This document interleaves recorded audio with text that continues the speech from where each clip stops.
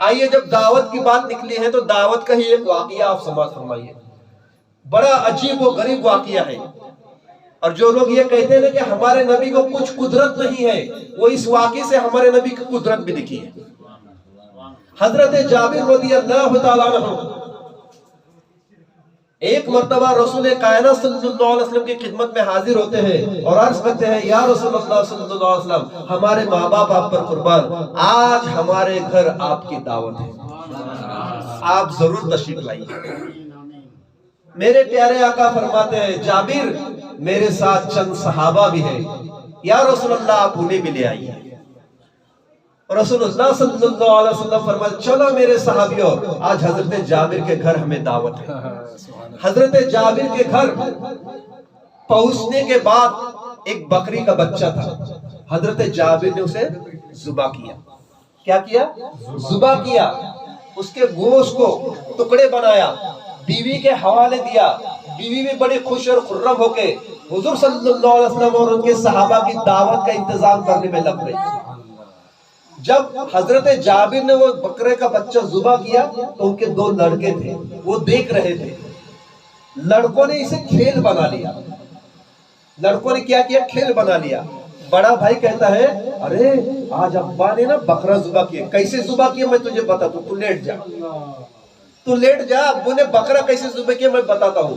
اب وہ بچے، وہ چھوٹا لیٹ گیا، بڑے نے چھری لی اور چھوٹے کے گردن پر چلا۔ اللہ اکبر! دیکھتے ہی دیکھتے چھوٹا بیٹا انتقال۔ ماں نے جب یہ منظر دیکھا تو حیران و پریشان ہوئی۔ اللہ کے محبوب کے گھر میں دعوت ہے، بچہ تو مرا پڑا ہے۔ اب بڑا گھبرا گیا کہ یہ میں نے کیا کیا۔ بڑے نے چھری ڈال دی اور چھت پر چلا گیا۔ مارے خوف کے چھت پر کانپنے لگا۔ کانپتے کانپتے کیا ہوا کہ وہ بھی چھت سے گر پڑا اور اس کا بھی انتقال۔ اللہ کے محبوب کی دعوت ہے، دونوں بچے مر پڑے ہیں، لیکن قربان جائیے اس بیوی پر۔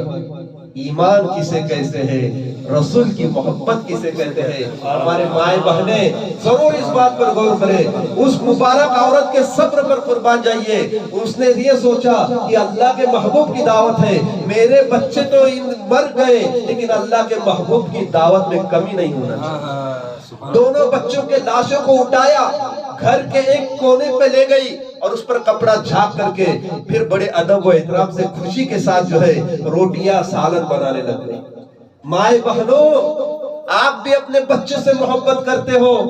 اگر ہمارا بچہ بخار سے لت پت ہو جائے، بے چین ہو جائے تو ماں کی ممتا تڑپ اٹھتی ہے۔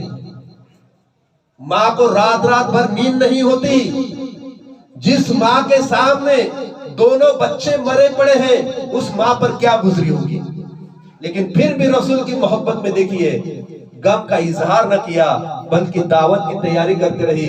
روٹیاں ہو گئی، سالن ہو گیا، رسول اللہ صلی اللہ علیہ وسلم تشریف لائے۔ حضرت جابر کہتے ہیں، یا رسول اللہ مبارک ہو، مبارک ہو، آپ کا مبارک قدم ہم غریب خانے پر آ گیا۔ اللہ کے رسول صلی اللہ علیہ وسلم تشریف فرما ہے۔ قربان جائیے حضرت جابر کے مقدر پر کہ ان کے گھر پر رسول کائنات مہمان بن کر آئے۔ ارے جس رسول کی مہمانی اللہ تعالیٰ نے کی، شب معراج میں مہمان بنا کر اللہ نے بلایا اس رسول کو۔ آج کتنی مقدر ہے حضرت جابر کی، جس کے گھر پر رسول اللہ تشریف لے جا رہے ہیں مہمان بن کر، اور جن کے قدم پر، جن کے قدم مبارک حضرت جابر کے چوکٹ کو چھو رہے ہیں۔ میرے رسول کا قدم مبارک وہ ہے کہ جس کا بوسہ عرش الہی نے لیا ہے۔ وہ قدم حضرت جابر کے گھر پر پڑ رہے ہیں۔ آپ اندر تشریف لے جاتے ہیں، کھانا تیار ہوا۔ حضرت جابر کو کچھ خبر ہی نہیں کہ دونوں بچے مر پڑے ہیں۔ وہ تو بیچارے مہمان نوازی میں لگے ہوئے۔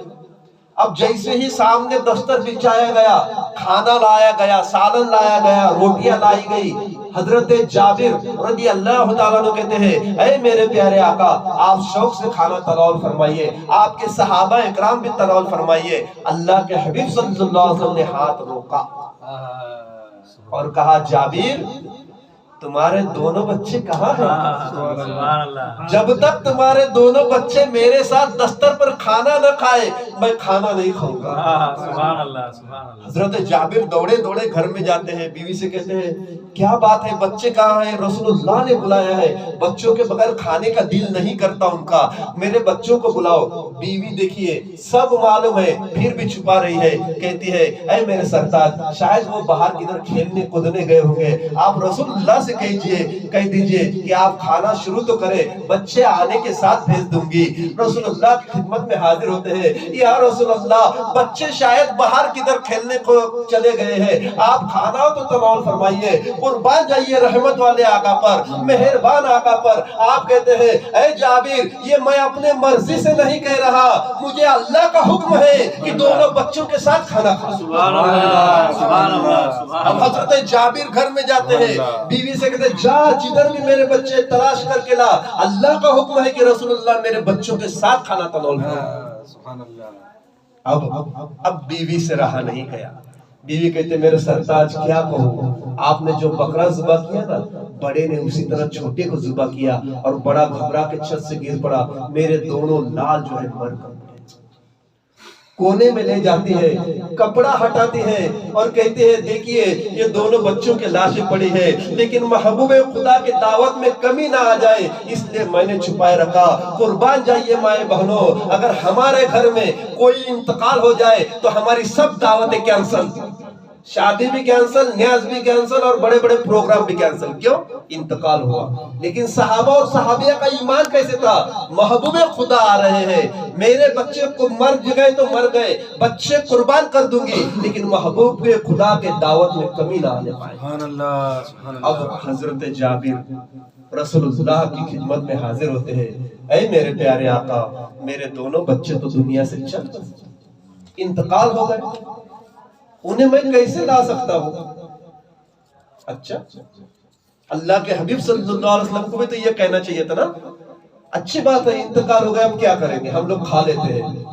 لیکن اللہ کے حبیب نے کہا نہیں، یہ میرے رب کا حکم ہے کہ دونوں بچوں کو لے کر دستر پر بیٹھ جاؤ. سبحان اللہ سبحان اللہ. اتنا کہنا تھا کہ اللہ کے رحمت کو جوش آتا ہے، حضرت جبرائیل کو بھیج رہا ہے.